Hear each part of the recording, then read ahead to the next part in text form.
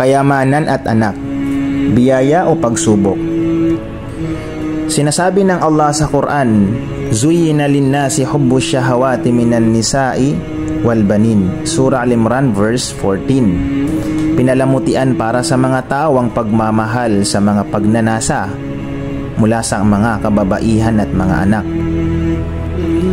Ipinakikita ng talatang ito na natural para sa tao ang magpahalaga sa material na yaman at pamilya.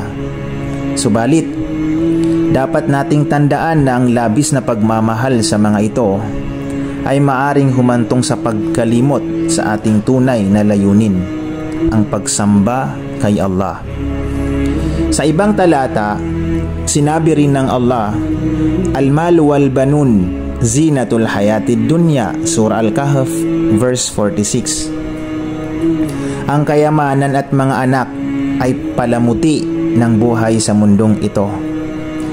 Dito, ipinapahiwatig na bagamat ang kayamanan at pamilya ay nagbibigay ng kasiyahan, hindi ito dapat ituring na panghabang buhay na kayamanan.